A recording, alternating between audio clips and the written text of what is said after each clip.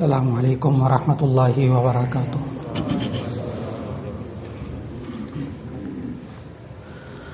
نحمده ونصلي على رسوله الكريم، اما بعد فاعوذ بالله من الشیطان الرجیم، بسم اللہ الرحمن الرحیم۔ اتل ما اوحی الیک من الکتاب واقم الصلاة ان الصلاة تنہی عن الفحشاء والمنکر ولذکر اللہ اکبر واللہ یعلم ما تصنعون، صدق اللہ العظیم۔ اللہ رب العزت نے نبی کریم صلی اللہ علیہ وسلم کو جو معراج کا معجزہ عطا فرمایا، اس موقع پر قیامت تک آنے والے انسانوں کو ایک معراج کا تحفہ بھی عطا فرمایا جسے نماز کہتے ہیں۔ یہ نماز انسان پڑھتا ہے، لیکن اگر اسے نماز کی حقیقت معلوم ہو جائے کہ نماز میں انسان بولتا کیا ہے، کہتا کیا ہے، پڑھتا کیا ہے، تو آپ کو حیرت ہوگی کہ ہمیں جو احادیث سے یہ بات سمجھ میں آتی ہے کہ انسان جب نماز پڑھتا ہے تو وہ اللہ سے ہم کلام ہوتا ہے، جس طرح نبی کریم صلی اللہ علیہ وسلم معراج میں ہم کلام ہوئے تھے۔ یہ بندہ نماز میں جو کلمات کہتا ہے اس کا ترجمہ اور اس کا فلسفہ، اس کی حقیقت ذہن میں رکھے تو نماز کا فلسفہ اصل میں کہتے ہیں حقیقت الشیء، کسی چیز کی حقیقت کو۔ تو اگر انسان نماز کے الفاظ، نماز کا طریقہ، نماز کے اعمال اور ان کے فلسفے کو یعنی ان کی حقیقت کو ذہن میں رکھے تو نماز پڑھتے ہوئے اسے محسوس ہوگا کہ یہ واقعی اللہ سے ہم کلام ہو رہا ہے۔ اور اس ہم کلام ہونے کے لیے اس کو پوری طرح تیار ہونا پڑتا ہے کہ یہ وضو کرتا ہے، تمام اعضاء کو پاک کرتا ہے۔ جب وضو آپ کیجئے اور ابھی بھی کر کے آئے ہیں تو جامع ترمذی کی بالکل شروع میں آنے والی ایک حدیث ذہن میں رکھ لیجئے گا کہ آپ وضو کرتے ہیں تو آپ کے ساتھ کیا ہوتا ہے۔ پھر انسان کو وضو کی اہمیت معلوم ہوگی کہ نبی کریم صلی اللہ علیہ وسلم نے ارشاد فرمایا، جب انسان وضو کرتا ہے تو جب ہاتھ دھوتا ہے تو خرجت من یداہ، تو اس کے ہاتھوں سے وہ تمام گناہ نکل جاتے ہیں، بطشت یداہ، جس کا ارتکاب اس کے ہاتھوں نے کیا ہوتا ہے۔ جب انسان چہرہ دھوتا ہے تو اس کے چہرے کے گناہ معاف ہو جاتے ہیں، سر کا مسح کرتا ہے، سر کے گناہ معاف ہو جاتے ہیں، جب پاؤں دھوتا ہے تو اس کے پاؤں کے گناہ معاف ہو جاتے ہیں۔ اس حدیث کے آخر میں جو الفاظ نبی صلی اللہ علیہ وسلم نے ارشاد فرمائے اس پر توجہ دیجیے گا، حتی یخرج نقیا من الذنوب، یہاں تک کہ جب وہ وضو کر کے فارغ ہوتا ہے تو گناہوں سے پاک ہو چکا ہوتا ہے۔ آپ وضو کرتے ہیں تو ہمارے ساتھ کیا ہوتا ہے؟ یہ انسان گناہ صغیرہ سے پاک ہو جاتا ہے۔ گناہ کبیرہ کا حل توبہ اور استغفار، مومن ہوتا ہی وہ ہے کہ اس سے گناہ ہو جائیں تو فوراً توبہ اور استغفار کر لیتا ہے۔ اب اس کے نامہ اعمال میں صرف گناہ صغیرہ رہ جاتے ہیں، اور وہ جب وضو کر کے بھی نماز نہیں پڑھی اس نے، ابھی صرف وضو کیا ہے، اس کے سارے گناہ معاف ہو گئے۔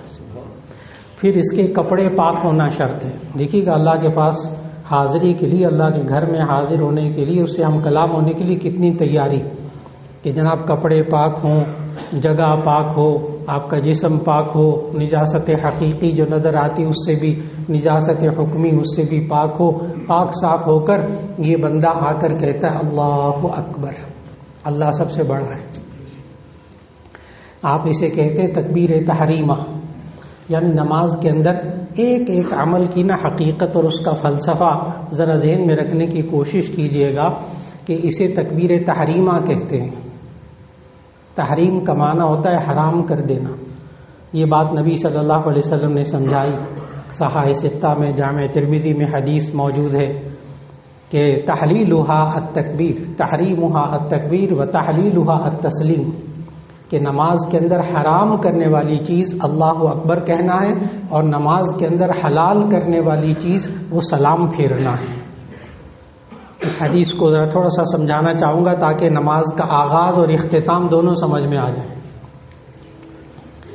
فرمایا تکبیر وہا التحلیل، تحریم وہا التکبیر، کہ تکبیر تحریمہ جب ہم کہتے ہیں تو یہ نماز کے اندر حرام کرنے والی چیز ہوتی ہے۔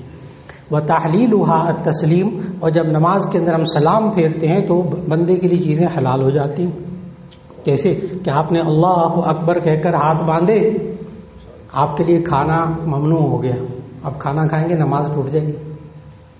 پہلے کھا سکتے تھے، پہلے پانی پی سکتے تھے، اب پانی بھی نہیں پی سکتے نماز کے اندر، نماز ٹوٹ جائے گی۔ پہلے آپ باتیں کر سکتے تھے، اب باتیں نہیں کر سکتے، نماز ٹوٹ جائے گی، منع ہو گیا۔ پہلے آپ ہنس سکتے تھے، اب ہنس نہیں سکتے۔ اگر صرف مسکرائیں گے تو کچھ نہیں ہوگا، اگر ضحک تھوڑی سی آواز آ جائے گی تو نماز ٹوٹ جائے گی، اور اگر جناب نماز کے اندر کہیں قہقہ لگا دیا تو وضو بھی ٹوٹ جائے گا۔ نبی صلی اللہ علیہ وسلم نے سمجھایا، تو نماز کے اندر مسکرانا بھی منع ہے، ہنسنا بھی منع، قہقہ لگانا بھی منع۔ پہلے آپ چل پھر سکتے تھے، اللہ اکبر کہنے کے بعد آپ چل پھر نہیں سکتے، چلے پھریں گے نماز ٹوٹ جائے گی۔ پہلے آپ سلام کا جواب دے سکتے تھے، کسی کو سلام کر سکتے تھے، اب نہیں کر سکتے۔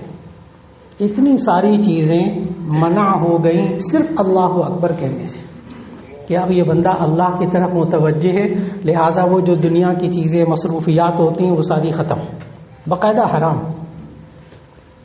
باقاعدہ حرام۔ اس لیے اس کو تکبیر تحریمہ کہتے ہیں۔ ایک ایک بات پر غور کیجیے گا کہ ہم نماز میں کرتے کیا ہیں۔ حدیث کا آخری حصہ ابھی میں عرض کر دوں تاکہ وہ حدیث پوری سمجھ میں آ جائے کہ تحریمھا التکبیر و تحلیلھا التسلیم، اللہ اکبر کہنا یہ نماز کے اندر حرام کرنے والی چیز ہے، یعنی وہ چیزیں ممنوع ہو گئی۔ اور آپ کو معلوم کہ جو ہی آپ جمعے کی نماز پڑھ کے سلام پھیریں گے، ساری چیزیں جتنی ممنوع تھیں، باتیں کرنا، کھانا پینا، چلنا پھرنا، سلام کرنا، سلام کا جواب دینا، ہنسنا، سب جائز ہو گئے، سب حلال ہو گئے۔ تو وہ تحلیلھا التسلیم، سلام پھیریں گے تو سب چیزیں حلال ہو جائیں گی۔ یہ نبی صلی اللہ علیہ وسلم نے نماز کا اختتام اور نماز کا آغاز دونوں کی حقیقت بتائی، ہم کرتے کیا ہیں۔ پھر اس کے بعد یہ ہاتھ باندھ کے تو سبحانک اللہم پڑھتا ہے، یعنی اللہ کی تعریف کرتا ہے، اس لیے اس کو ثنا کہتے ہیں۔ ثنا کہتے ہیں زبان سے تعریف کرنا، اور ہم کیا کہتے ہیں؟ سبحانک اللہم و بحمدک، اے اللہ تیری ذات پاک ہے، ہر عیب سے پاک ہے، ہر عیب سے پاک ہے، و بحمدک، ساری تعریفیں تیرے لیے، و تبارک اسمک، تیرا نام بڑا بابرکت ہے، و تعالی جدک، تیری بزرگی بڑی بلند ہے، ولا الہ غیرک، تیرے علاوہ کوئی معبود نہیں۔ یہ انسان اللہ کی تعریف کرتا ہے، اور پھر اس کے بعد یہ انسان اعوذ باللہ بسم اللہ پڑھتا ہے۔ کیوں؟ میں نے عرض کیا کہ ہمیں نماز کے اندر ایک ایک عمل کی حقیقت یعنی اس کا فلسفہ سامنے رکھنا ہے۔ فلسفہ کہتے ہیں کسی چیز کی حقیقت کو۔ ہم اعوذ باللہ پڑھتے ہیں، بسم اللہ پڑھتے ہیں کیونکہ ہم نے سورہ فاتحہ پڑھنی ہے۔ نبی صلی اللہ علیہ وسلم نے ہمیں قرآن مجید کے ذریعے اطلاع دی کہ اللہ تعالیٰ نے فرمایا اذا قرأت القرآن فاستعذ باللہ من الشیطان الرجیم، جب آپ قرآن حکیم پڑھا کریں تو شیطان سے پناہ مانگا کریں۔ اس آیت کی وجہ سے ہم اب اعوذ باللہ پڑھیں گے کیونکہ ہم نے بھی سورہ فاتحہ پڑھنی۔ ہم تعوذ کیوں پڑھتے ہیں نماز کے اندر؟ اعوذ باللہ کیوں پڑھتے ہیں؟ اس لیے کہ اذا قرأت القرآن فاستعذ باللہ من الشیطان الرجیم، جب قرآن حکیم پڑھیں تو پھر شیطان سے پناہ مانگا کریں اور اعوذ باللہ پڑھا کریں، اس لیے ہم اعوذ باللہ پڑھتے ہیں۔ اور بسم اللہ کیوں پڑھتے ہیں؟ اس لیے کہ ہم نے سورت شروع کرنی ہے، اور سورت شروع کرنے کے شروع میں نبی صلی اللہ علیہ وسلم نے بسم اللہ سکھائی کہ ہر سورت کے شروع میں آپ بسم اللہ پڑھا کریں۔ صرف ایک سورت ہے پورے قرآن مجید میں ایسی کہ جس کی تلاوت شروع کریں تو آپ نے بسم اللہ نہیں پڑھنی، کیونکہ اس میں وہ بسم اللہ نازل ہی نہیں ہوئی۔ بسم اللہ کے نازل ہونے کی وجہ بھی حضرت عبداللہ ابن عباس رضی اللہ تعالیٰ عنہ نے بتائی کہ انزلت للفصل بین السور، کہ یہ صورتوں کے درمیان جدائی ظاہر کرنے کے لیے بسم اللہ نازل ہوتی تھی کہ اب یہ صورت مکمل ہو گئی ہے، نئی صورت شروع ہو گئی، صرف ایک صورت سورہ توبہ، جس کے شروع میں آپ دیکھتے ہیں قرآن مجید میں بسم اللہ لکھی بھی نہیں جاتی، اور اگر وہیں سے شروع کریں گے تو پھر بسم اللہ نہیں پڑھیں گے، ہاں قراءت شروع کریں گے وہاں سے، آپ نے پڑھنا شروع کیا سورہ توبہ ہی سے تلاوت شروع کی تب آپ بسم اللہ پڑھیں گے، کیونکہ تلاوت سے شروع سے پہلے بسم اللہ پڑھنے۔ لیکن اگر آپ پیچھے سے پڑھتے ہوئے آ کر سورت شروع کریں گے تو وہاں پھر سورہ توبہ میں بسم اللہ نہیں پڑھیں گے۔ تو آپ نے چونکہ سورہ فاتحہ پڑھنی ہے اس لیے بسم اللہ بھی پڑھیں، یہ سنت۔ پھر اس کے بعد سورہ فاتحہ پڑھنا شروع کرتے ہیں۔ آپ صحاح ستہ کی حدیث ذہن میں رکھیے گا جو سورہ فاتحہ پڑھنے کے ساتھ ساتھ میں عرض کروں گا کہ انسان جب سورہ فاتحہ پڑھتا ہے تو کیا کرتا ہے۔ حدیث میں موجود نبی صلی اللہ علیہ وسلم نے فرمایا جب بندہ کہتا ہے الحمدللہ رب العالمین، تمام تعریفیں اللہ کے لیے ہیں جو تمام جہانوں کا پالنے والا ہے، جب بندہ یہ پڑھتا ہے تو نبی صلی اللہ علیہ وسلم نے فرمایا کہ اللہ تعالیٰ یہ سن کر بندے کو کہتا ہے حمیدنی رب عبدی، میرے بندے نے میری تعریف کی ہے۔ اب دیکھیے گا آپ نے بھی اتنا کہا الحمدللہ رب العالمین الرحمن الرحیم مالک یوم الدین، یہاں تک جب پہنچے تو ایسی صورت کے اندر میرے بندے نے میری تعریف کی، اللہ کہتا ہے یہ سن کر۔ جب بھی آپ نماز پڑھتے ہیں، ہر ایک نماز پڑھتا ہے، ہر ایک پڑھتا ہے، پوری دنیا میں پڑھتا ہے، ہر ایک کو اللہ جواب دیتا ہے ان اللہ علی کل شیء قدیر، اللہ ہر چیز پر قدرت والا، ہر ایک کی سنتا ہے، ہر ایک کی سورہ فاتحہ سنتا ہے۔ پھر بندہ کہتا ایاک نعبد و ایاک نستعین، اے اللہ میں صرف تیری عبادت کروں گا، تجھی سے مدد مانگوں گا، خاص تیری عبادت کروں گا۔ اللہ تعالیٰ پتہ اس کے جواب، حدیث بہت مستند صحاح ستہ کی حدیث، نبی صلی اللہ علیہ وسلم نے فرمایا جب بندہ یوں کہتا ہے ایاک نعبد و ایاک نستعین، اے اللہ میں صرف تیری عبادت کروں گا، صرف تجھی سے مدد مانگوں گا، تو اللہ کہتا ہے ھذا ما بینی و بین عبدی، یہ میرے اور میرے بندے کے درمیان معاہدہ ہے۔ دیکھیے گا کیا کہا ہے ہم نے اپنے جملے میں، یہ میرے اور میرے بندے کے درمیان معاہدہ ہے۔ اللہ اس جملے کے بعد کہتا ہے، فرشتوں سے کہتا ہے، ہر روز کہتا ہے، ہر ایک کی سن کر کہتا ہے۔ ہم نے یوں کہا ایاک نعبد، اے اللہ ہم خاص تیری عبادت کریں گے اور کرتے ہیں، وَإِيَّاكَ نَسْتَعِينُ، اور خاص ہم تجھ ہی سے مدد طلب کریں گے۔ اب اس کے فوراً بعد بندہ اللہ سے کیا مانگتا ہے؟ ایاک نستعین کہنے کے بعد اللہ سے بندہ کیا مانگتا ہے؟ کہتا ہے اہدنا الصراط المستقیم، اے اللہ مجھے سیدھا راستہ دکھا دے۔ یہ مانگا اس بندے نے، اہدنا الصراط المستقیم، اے اللہ مجھے سیدھا راستہ دکھا دے۔ ہمارے یہاں ہوتا ہے نا جب ہم پڑھاتے ہیں طلباء کو تو کبھی غلطی ہو جاتی ہے کسی طالب علم سے، جب ڈانٹتے ہیں کھچائی کرتے ہیں تو وہ آگے سے پتہ کیا کہتا ہے، استاد جی مجھے پتہ ہی نہیں تھا، یہ ضابطہ ہے، یہ قانون ہے، یا آپ اس سے ناراض ہو جاتے ہیں ہمیں پتہ ہی نہیں تھا۔ ہم مزاج ہے، کسی ماتحت سے بھی کوئی غلطی ہو جائے تو وہ اکثر پہلی دفعہ تو وہ یہی کہتا ہے مجھے پتہ نہیں تھا جی۔ لیکن عجیب بات بتاؤں، یہ بندہ آخرت کے اندر اللہ کے سامنے نہیں کہہ سکے گا کہ مجھے نہیں پتا تھا کہ سیدھا راستہ کون سا ہوتا ہے۔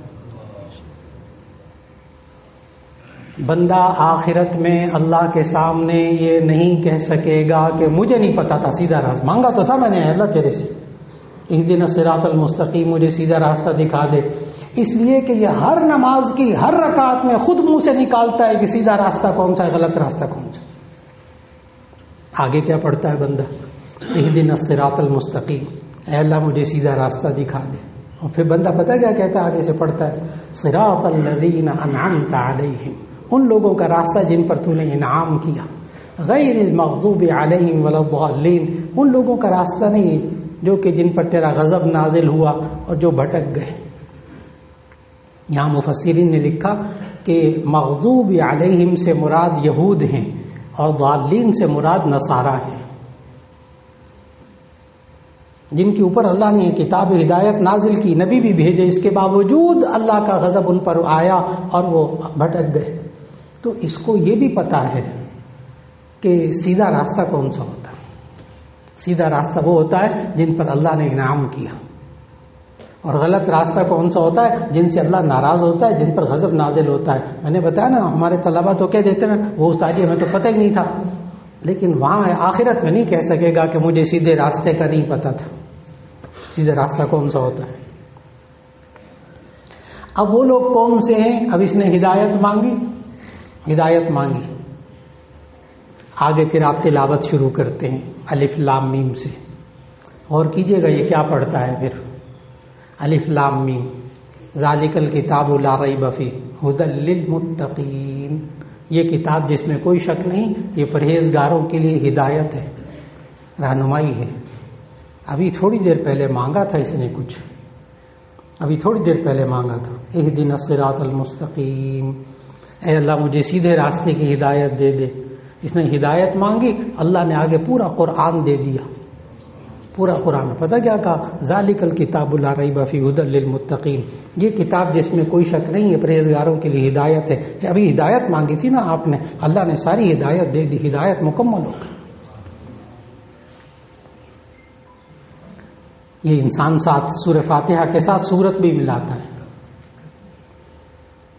سورہ فاتحہ بھی پڑھ لی، نماز میں سورت بھی پڑھ لی۔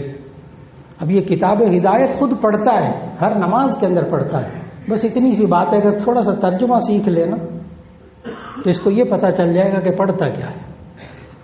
جو میں نے ہدایت مانگی تھی، اس لیے ترجمہ پڑھنا بہت ضروری ہے۔ تلاوت کا الگ ثواب، ترجمہ پڑھیں گے تو اس سے سمجھ میں آئے گا پڑھا کیا۔ جیسے میں نے ابھی سورہ فاتحہ کا ترجمہ کیا، الف لام میم کی ایک آیت کا ترجمہ کیا، ایک دم بات سمجھ میں آنی شروع ہو گئی کہ ہم کرتے کیا ہیں۔ پھر یہ انسان اللہ اکبر کہہ کر رکوع میں چلا جاتا ہے، وہاں جا کر کہتا ہے سبحان ربی العظیم۔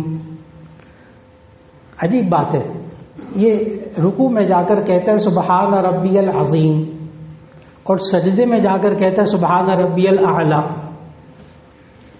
اس کا الٹ کیوں نہیں؟ ویسے الٹ بھی کر لیں تو کوئی حرج نہیں، نماز ہو جائے گی، نماز ہو جائے گی۔ اس لیے کہ تسبیح سنت غیر مؤکدہ، کوئی نہ بھی مانگے خاموش بھی رہے تو فرض رکوع ادا ہو جائے گا، تسبیح کرنا سنت۔ لیکن میں یہ عرض کر رہا تھا کہ سبحان ربی العظیم کہتا ہے رکوع میں، اور سجدے میں کہتا ہے سبحان ربی الاعلی۔ کیوں؟ اس کی وجہ الفاظ کا ترجمہ ذہن میں رکھیے گا۔ سبحان ربی العظیم، پاک ہے میرا پروردگار، میرا رب جو بڑی عظمت والا ہے۔ کسی کے سامنے جھک جانا یہ ذلت ہے، کسی کے سامنے جھک جانا یہ ذلت ہے، اور ذلت کی جو ضد، اس کا جو اپوزٹ ہے وہ ہے عظمت۔ ذلت کی ضد عظمت۔ یہ انسان جھک گیا اللہ کے سامنے ذلت کی حالت میں۔ ہاں، یہ رکوع سجدہ جو ہے نا، یہ ذلت کی حالت ہے۔ اسی لیے نبی صلی اللہ علیہ وسلم نے منع فرمایا کہ رکوع کے اندر اور سجدے کے اندر قرآن مجید کی تلاوت نہیں کرنی، مکروہ ہے۔ سجدے کے اندر اور رکوع کے اندر قرآن مجید کی تلاوت کرنا مکروہ ہے۔ جامع ترمذی کی واضح حدیث ہے کہ نبی صلی اللہ علیہ وسلم نے فرمایا رکوع اور سجدے میں تلاوت نہیں کرنی۔ کیوں؟ اس وقت آپ عظمت والی حالت میں نہیں ہیں، اس وقت آپ ذلت والی حالت میں ہیں، اور ذلت والی حالت میں عظمت والا کلام نہیں پڑھنا۔ تو رکوع میں تلاوت نہیں کرنی، رکوع میں نہیں قرآن پڑھنا، رکوع میں جا کر سبحان ربی العظیم کہنا۔ غور کیجیے گا، ذلت کی ضد عظمت۔ بندہ گیا ذلت کی حالت میں، جھک گیا، اور وہاں جا کر اللہ کی عظمت کا اقرار کرتا ہے، سبحان ربی العظیم۔ اچھا، سجدے میں جا کر سبحان ربی الاعلی کہتا ہے، سبحان ربی الاعلی، پاک ہے میرا رب جو بڑا اعلیٰ ہے، بلند۔ یہ جو بلندی ہے نا، بلندی، اس کی ضد ہے پستی۔ بلندی کی ضد پستی، پستی کی ضد بلندی۔ انسان کی سب سے اونچی چیز، سب سے اعلیٰ چیز انسان کی پیشانی یہ زمین پر جا کر رکھ دیتا ہے، پستی کی انتہا ہے. یہ اپنی پیشانی زمین پر رکھتا ہے، یہ پستی کی انتہا ہے جو صرف اللہ کے لیے جائز ہے اور کسی کے لیے سجدہ کرنا جائز نہیں. یہ پستی کی انتہا ہے اور پستی کی ضد ہے بلندی، اس لیے یہ سجدے میں جا کر بلندی کا اقرار کرتا ہے. سبحان ربی الاعلیٰ، پاک ہے میرا پروردگار جو بڑا بلند ہے. تو آپ نے غور کیا نماز کے اندر یہ کیا کرتا ہے؟ پستی والی حالت میں جا کر یہ اعلیٰ بلند ذات کو پکارتا ہے. اچھا رکوع میں جا کر سبحان ربی العظیم کہا اور پھر اس کے بعد کھڑا ہوتا ہے، پتہ کیا کہتا ہے؟ امام کہتا ہے سمع اللہ لمن حمیدہ، مقتدی کہتا ہے ربنا لک الحمد یا ربنا ولک الحمد، دونوں الفاظ احادیث میں موجود. مقتدی اگر بندہ اکیلا نماز پڑھ رہا ہو، مقتدی نہ ہو امام کا، تو پھر دونوں کہتا ہے. لیکن جب امام کے پیچھے پڑھتے ہیں تو عجیب بات ہے، امام کہتا ہے سمع اللہ لمن حمیدہ اور مقتدی کہتے ہیں ربنا ولک الحمد. اگر آپ کو سمع اللہ لمن حمیدہ کا ترجمہ سمجھ میں آ جائے نا تو آپ غور کیجئے گا اس کی حقیقت پر کہ یہ جملہ ہے کیا. کہ بندے نے جا کر رکوع میں کہا سبحان ربی العظیم سبحان ربی العظیم، تو کھڑا ہو کر کیا کہتا ہے؟ سمع اللہ لمن حمیدہ، سن لیا اس اللہ نے جس کی تعریف اس بندے نے کی. اگر آپ تھوڑی توجہ ترجمے پر کریں گے تو آپ کو معلوم ہو جائے گا کہ یہ جملہ کس نے کہا، کس کو کہنا چاہیے تھا یہ جملہ. سمع اللہ لمن حمیدہ، اللہ نے سن لیا اس بندے کی بات کو جس نے اس کی تعریف کی. تو یہ جملہ کس کا ہونا تھا؟ اللہ کا. اور زبان کس کی استعمال ہو رہی ہے؟ بندے کی. تو امام سمع اللہ لمن حمیدہ کہتا ہے. اچھا جب اللہ نے بات سن لی نا تو سارے مقتدی پیچھے سے پتہ کیا کہتے ہیں؟ کہتے ہیں ربنا ولک الحمد، اے ہمارے رب تمام تعریفیں تیرے لیے کہ تو نے ہماری بات کو سن لی. آپ نماز میں کرتے کیا ہیں؟ آپ نماز میں کرتے کیا ہیں؟ اللہ سے ہم کلامی، اللہ سے ہم کلامی. پھر اس کے بعد آپ تشہد میں بیٹھتے ہیں، التحیات پڑھتے ہیں، وہاں پتہ اللہ سے معاہدہ کرتے ہیں، وعدہ کرتے ہیں التحیات للہ. تمام قولی عبادتیں، زبان والی عبادتیں اللہ ساری تیرے لیے ہیں. والصلوات، تمام بدنی عبادتیں بھی اللہ میں تیرے لیے، بدن بھی استعمال کرتا ہوں تیرے لیے. والطیبات، جتنی مالی عبادتیں ہیں اللہ سب تیرے لیے کرتا ہوں. میں اپنی زبان، میں اپنا جسم، میں اپنا مال سب اے اللہ تیری خاطر خرچ کرتا ہوں، تیرے کام میں لگایا ہوا ہے. اشہد ان لا الہ الا اللہ. پھر اس کے بعد تحیات للہ والصلوات والطیبات. پھر نبی صلی اللہ علیہ وسلم پر سلام بھیجتا ہے، سلام بھیجتا ہے. السلام علیک ایھا النبی ورحمۃ اللہ وبرکاتہ. پھر تحیات کے بعد یہ درود شریف بھی پڑھتا ہے. پتہ ہے کیا کرتا ہے؟ اس لیے کہ اللہ نے حکم دیا تھا ان اللہ وملائکتہ یصلون علی النبی یا ایھا الذین آمنوا صلوا علیہ وسلموا تسلیما. اے ایمان والو تم نبی صلی اللہ علیہ وسلم پر درود و سلام بھیجو. کیوں؟ اللہ اور اس کے فرشتے اس پر صلوات بھیجتے ہیں. تب آپ نے غور کیا اس حکم پر ہم نماز میں عمل کرتے ہیں. السلام علیکہ ایھا النبی، یہاں سلام کرتے ہیں. اور اللہم صلی علی محمد، یہ ہم درود پڑھتے ہیں. اور اس درود کی اہمیت بھی آپ کو بتا دوں تاکہ آپ کو سمجھ میں آئے نماز کا کتنا گہرا تعلق ہے معراج کے ساتھ. کہ جب یہ آیت نازل ہوئی کہ اے ایمان والو تم بھی نبی صلی اللہ علیہ وسلم پر درود و سلام بھیجا کرو، تو ایک صحابی نے عرض کیا یا رسول اللہ صلی اللہ علیہ وسلم ہم آپ پر سلام کیسے بھیجیں؟ یہ تو ہمیں معلوم ہے کیونکہ تحیات میں تشہد میں نبی صلی اللہ علیہ وسلم نے سلام سکھایا ہوا تھا،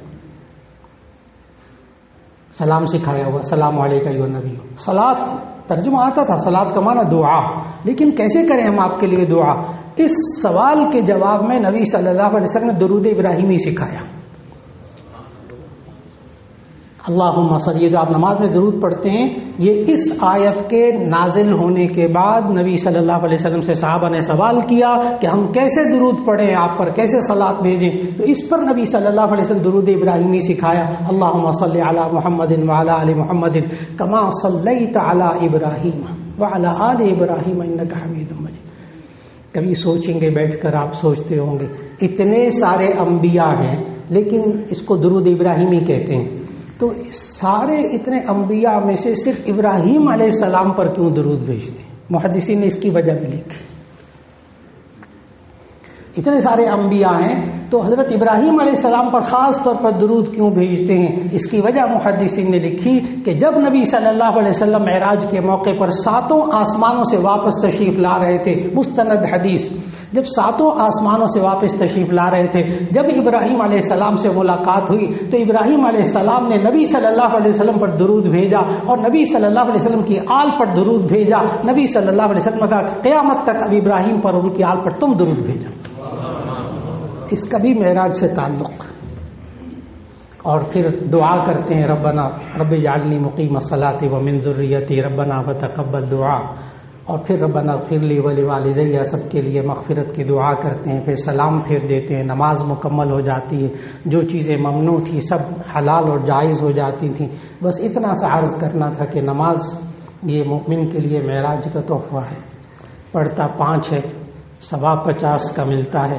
اللہ رب العزت ہم نے جس طرح آج نماز کو سمجھا، اس کے الفاظ کو سمجھا، اللہ ہم میں سے ہر ایک کو پورا قرآن سمجھنے کی توفیق عطا فرما دے۔ وآخر دعوانا ان الحمد للہ رب العالمین۔